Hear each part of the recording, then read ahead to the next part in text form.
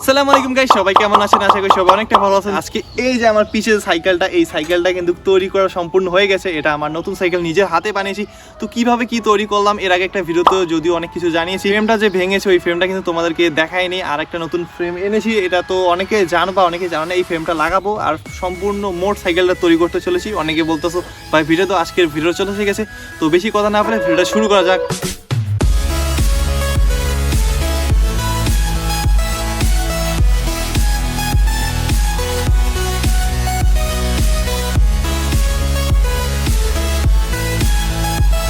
তো গাইস, আপনারা দেখতে পাচ্ছেন এখানে দুইটা সাইকেল মতো দেখা যাচ্ছে। এটা হচ্ছে ভাঙা সাইকেল, আর এই যে নতুন ফ্রেমটা যেটা কিনে এনেছি এটা হচ্ছে কর্নিও সাইকেল একটা ফ্রেম। এটা হচ্ছে জয়েন্ট নাই সামনের দিকে, মানে ফ্রেমটা একদম একটু সোজার মতো, দেখতেও অনেকটা সুন্দর দেখা যায় আর পুরো চকচক করতেছে। এটা খুবই কম টাকার মধ্যে আমি পেয়েছিলাম আর কি। প্রথমে গাইস, এখানে যে ভাঙা ফ্রেমটা রয়েছে এটা সাইকেল থেকে খুলে নিতে হবে। আর এই ফ্রেমটা কিভাবে ভাঙলো আমার আগের ভিডিও দেওয়া রয়েছে।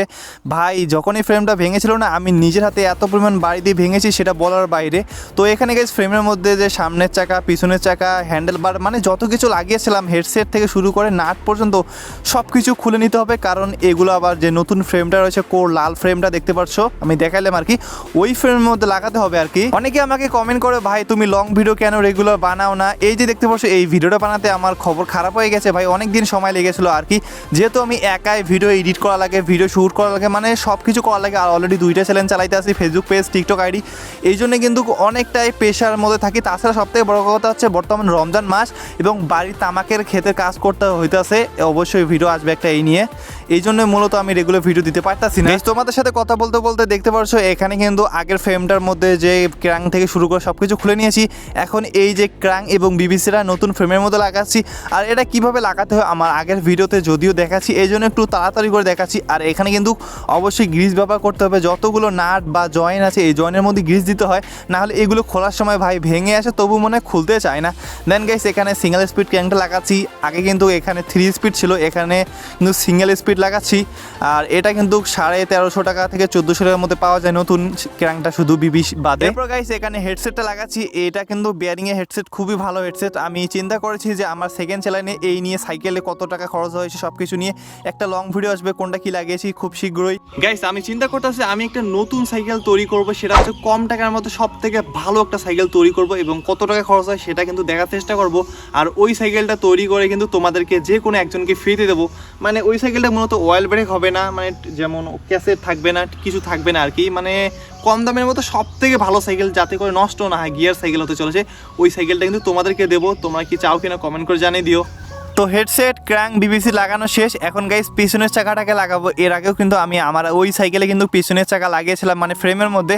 এখন এই পিছনের চাকাটাকে লাগাচ্ছি। আর গাইস এই ফ্রেমটা কিন্তু পুরো অস্থির। সাইকেলটা মূলত লাল একটা সাইকেল হতে চলেছে, একটা আছে স্ট্যান্ড সাইকেল হলুদ, এখন লাল। দেন গাইস এখানে এক্সেলটা ভালোভাবে টাইট দিতেছি। এখানে এক্সেলটাও কিন্তু চেঞ্জ করেছিলাম, নতুন একটা এক্সেল লাগিয়েছি, কারণ আগের এক্সেলটা অনেকটাই ঝামেলা ছিল। এখন গাইস সামনের চাকাটাকে লাগাবো। সামনের চাকা তো লাগা রয়েছে আর কি, সাসপেনশনের সাথে শুধু সাসপেনশনের পাইপটা ভিতরে ঢুকিয়ে দেওয়ার পর হ্যান্ডেল বারটা লাগিয়ে নেব। এখানে হ্যান্ডেল বারটা কিন্তু খুবই ভালো, মানে এবার ইউজ করেছি। আগে ছিল লোহার হ্যান্ডেল বার। আর শর্ট স্টিম দেখতে পাচ্ছ গোল্ডেন কালারের শর্ট স্টিম, স্ট্যান্ড করার জন্য বা রাইড করার জন্য অনেকটাই কমফোর্ট পাওয়া যায় আর কি। আমি রিকমেন্ড করি যারা স্ট্যান্ড করো অবশ্যই শর্ট স্টিম একটা অ্যালুমিনিয়ামের ভালো হ্যান্ডেল বার লাগালে একটু ব্যালেন্স ভালো আসে আর কি। এখন গাইস আমি এই সিট পোস্টটা লাগাবো। ভাই এর আগে কিন্তু এই সিট পোস্ট লাগাতে গিয়ে ফ্রেম শুদ্ধই ভেঙে গিয়েছিল। তো এখানে গাইস সিট পোস্ট পাইপটা কিন্তু খুবই ভালো, মানে আগেটা ছিল লোকাল একটা লোহার যেগুলো ছিল ওটা, কিন্তু বর্তমানে খুবই ভালো। দেন গাইস সিট পোস্টটা সিটের সাথে লাগানোর পর ভালোভাবে লাগাচ্ছি। এটা কিন্তু খুবই ভালো দিয়েছে, ফ্রেমের সাথে নিয়েছিলাম আর কি কম টাকায়। অনেকে বলবে যে ভাই 20,000 টাকা হলে কিন্তু একটা নতুন সাইকেল পাওয়া যায়, তুমি শুধু এতগুলো টাকা খরচ করে কেন তুমি এই সাইকেলটা তৈরি করলা? তো এটার মেন রিজন হচ্ছে আমি দেখতে চেয়েছিলাম যে 20,000 টাকা খরচ করে কীরকম একটা সাইকেল তৈরি করা সম্ভব পুরাতন এবং নতুন কিছু জিনিস দিয়ে। আর 20,000 টাকা কিন্তু এইরকম অয়েল ব্রেক, শিমানো সাসপেনশন, এত 120 mm সাসপেনশন, এছাড়া অনেক কিছু রয়েছে, এগুলো কিন্তু কখনোই পাওয়া সম্ভব না। তো এই জন্য কিন্তু এটা নিয়েছি। মানে এইরকম একটা সাইকেল তৈরি করতে গেলে প্রায় 30,000 টাকার মতো কাছাকাছি যাবে। তো অলরেডি গাইস দেখতে পাচ্ছেন সাইকেলটা কিন্তু মোটামুটি তৈরি হয়ে গেছে। এখনও গাইস ব্রেক লাগানোর বাকি রয়েছে, গ্রিপ, চেন নাই, ভাই অনেক কিছু লাগানোর বাকি রয়েছে। তো বেশি কথা না বলে এগুলো লাগানো যাক। এখানে গাইস গিয়ার ডিলারটা শিমানো এসেরা ইউজ করতেছে, কিন্তু গিয়ার ডিলার আবার পুলি বা চাকা ছিল না, এই জন্য আমি দুইটা চাকা কিনে নিয়েছি। দুইটা 250 টাকার মতো নিয়েছিল। এগুলো বেয়ারিংয়ের খুবই ভালো মানের। এখানে দেখতে পাচ্ছেন পারছো Shimano MT200 ব্রেক। আর এখানে গাইস কেবল হাউস পাইপ এটাও লাগাতে হবে। তো প্রথমে গাইস এখানে আমি লাগাচ্ছি গিয়ার ডিলার যে পুলিগুলো রয়েছে এগুলো লাগাচ্ছি। তো এই যে গিয়ার ডিলারটা রয়েছে এটা কিন্তু নতুন কিনলেও এরকম পুলি বা চাকা থাকে না, এখন কিন্তু আগের থেকে পারফরমেন্স অনেকটাই বেড়ে গেছে। এরপর গাইস শিফটারটাকে লাগাচ্ছে এখন আমি। তার আগে গাইস এখানে শিফটারটা হ্যান্ডেল ভিতর দিয়ে ঢুকে দেওয়ার পর হাউস পাইপ যেটা রয়েছে এই যে দেখতে পারছো গাইস পাইপ হাউস বা যেটাই বলো না কেন এখানে ভিতর দিয়ে ঢুকিয়ে নিয়েছি। দেন গাইস মাপ মতো কাটতে হবে এখানে কিন্তু। তো এই যে এখান পর্যন্ত মাপলাম, এখন গাইস এটা কাটলাম, কাটার পর আবারও ভিতর দিয়ে ঢুকালাম আর কি, মানে যেরকম থাকার কথা। আর তোমরা কিন্তু দেখলে বুঝতে পারবে যে কীরকম করে লাগাতে হয়। তো অলরেডি গাইস লাগা শেষ, পাইপের ভিতর দিয়ে কিন্তু তারটা ঢুকে নিয়েছি গিয়ার কেবলের। এখন গিয়ার ডিলারটা আমি ড্যাঙ্গার সাথে লাগাচ্ছি। আর এখানে টিউনিংটা কিন্তু খুবই সুন্দরভাবে করতে হবে, যদি একটু উল্টাপাল্টা লাগানো হয় মানে গিয়ার ঠিক মতো কাজ করবে না বা এমনটা হতে পারে গিয়ার ডিলার ভেঙে চলে যেতে পারে। দেন গাইস এখানে শিফটারটা লাগাচ্ছি টেনে ধরে, যদিও এর আগে দেখিয়েছি কীভাবে শিফটার কেবল লাগাতে হয় গিয়ারের সাথে, যার ফলে গিয়ার ডিলার খুবই সুন্দরভাবে কাজ করবে, মানে একে থাকলে একে কাজ করবে আর কি। এখন গাইস এই চেনটা লাগাচ্ছে, এটা কিন্তু 9 স্পিডের চেন, যদিও 8 স্পিড লাগানো কখনো উচিত না, কিন্তু আমি নতুন চেন এখানে সামনে চেন রিং ক্যাসেট মানে এগুলো চেঞ্জ করব খুব শীঘ্রই, তাই কিন্তু আপাতত কোনোরকমভাবে লাগাচ্ছি। মোটামুটি আমি হিসেব করেছি সাইকেলটা মনে হয় 20,000 টাকারও ভাই উপরে যাবে।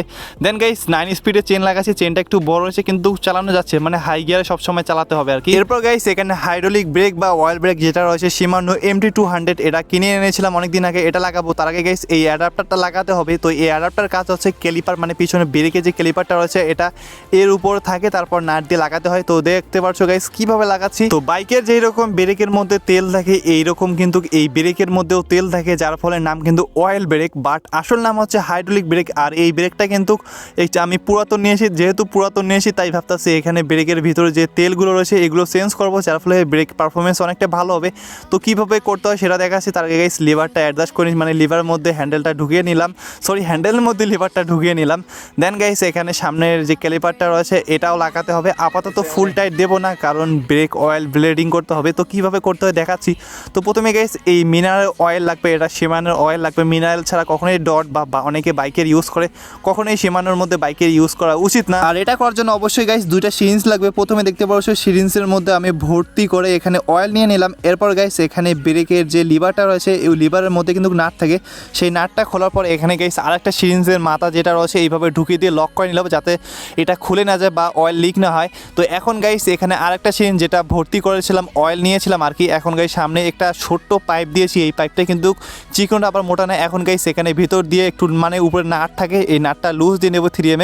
যখন আমি এইদিকে অয়েল ঢুকাচ্ছি দেখতে পাচ্ছ উপরের দিকে কিন্তু অয়েল বের হচ্ছে। আর কতগুলো ময়লা রে ভাই, মানে আগের যে অয়েলগুলো ছিল এগুলো একদমই বাজে। এই যে দেখতে পাচ্ছ লাল অয়েল বের হয়েছে, এখন কিন্তু মানে ঠিকঠাক হয়েছে। তেলগুলো মানে যেগুলো খারাপ তেল বের হয়েছে এগুলো কিন্তু ফেলে দিতে হবে। দেন গাইস লাল যতক্ষণ আসছে না ততক্ষণ কিন্তু এইভাবে ব্লেডিং করতে হবে। আর এখানে কিন্তু আমি যেইভাবে ব্রেকটা ধরতেছি বারবার শুধু এইভাবে প্রেস করতে হবে কমপক্ষে 10 মিনিটের মতো। যখন ব্রেকটা হার্ড মনে হবে ঠিক হয়েছে তখন কিন্তু আবার সবকিছু লাগিয়ে দিতে হবে। তো ব্রেকের মধ্যে তেল দেওয়া শেষ, এখন গাইস প্যাডেল এবং গ্রিপগুলো লাগাবো। প্রথমে গাইস আমি প্যাডেলগুলো লাগাচ্ছি। আর গাইস প্যাডেলগুলো লাগানোর সময় এখানে কিন্তু ডান দিকে বাম দিকে খেয়াল রাখতে হবে। যেমন এখানে আমি বাম দিকে যে হাতের বাম দিকে যে প্যাডেলটা লাগাচ্ছি এখানে কিন্তু খুলতেছি, প্যাডেলটা খুললে কিন্তু নাটটা টাইট হয়ে যাইতেছে, মানে এই দিকে যদি আমি টাইট দিই তাহলে টাইট নেবে না আর কি। তো এইভাবে কিন্তু লেফট এবং রাইট সাইড আর প্যাডেলের গায়ের মধ্যে কিন্তু লেখা থাকে যে কোনটা ডান দিকে আর কোনটা বাম দিকে আর কি। এগুলো কিন্তু কম দামি প্যাডেল না, মোটামুটি নতুন মনে 600 টাকার মধ্যে খুবই ভালো প্যাডেল, কম টাকার মধ্যে রাইডিং করার জন্য খুবই ভালো প্যাডেল আর কি। এখন গাইস এখানে আমি গ্রিপগুলো লাগাচ্ছি, এগুলো হচ্ছে BMX গ্রিপ, খুবই ভালো আর কি। আমি যতটুকু জানতে পেরেছি মানে কোনোগুলো আছে কালো গ্রিপ না, ওগুলো হচ্ছে কিন্তু একটু দামি, ডাবল দাম। কিন্তু ভাই এই গ্রিপগুলো লাগানো এত পরিমাণ প্যারা একটা, সেটা বলার বাইরে। এখানে গ্রিস দিয়ে লাগানোর চেষ্টা করতেছে তবু লাগতেছে না, মানে বেশি গ্রিস দিলে লাগে, তখন যখন আবার বেশি গ্রিস দিয়ে লাগাবো তখন আবার মানে ঢিল হবে, লুজ হয়ে যাবে। এই জন্য আমি একটু টাইটভাবে লাগাচ্ছি, মানে ঢুকতেই চাইতেছে না রে ভাই। দেন এই সাইকেলটাকে ফেলে এইভাবে ঢোকানোর চেষ্টা করছি, ভাই ঢুকেছে। আমি রিকমেন্ড করবো ভাই এগুলো লাগানোর দরকার নেই, ওডিআই গ্রিপ বা ওয়েকের গ্রিপগুলো লাগানো উচিত, কম টাকার মধ্যে ভালো আর কি। তো ফাইনালি এই সাইকেলটা তৈরি হয়ে গেছে। এখন একটা জিনিস বাকি রয়েছে, সেটা হচ্ছে স্টিকার। সাইকেল বানিয়েছি, স্টিকার না লাগালে হয়। আমি কিন্তু এখানে রিমের স্টিকার ব্যবহার করতেছি। তো রিমের স্টিকার ব্যবহার করার পর কেমন দেখা যাচ্ছে চলুন দেখে আসি সাইকেলটা।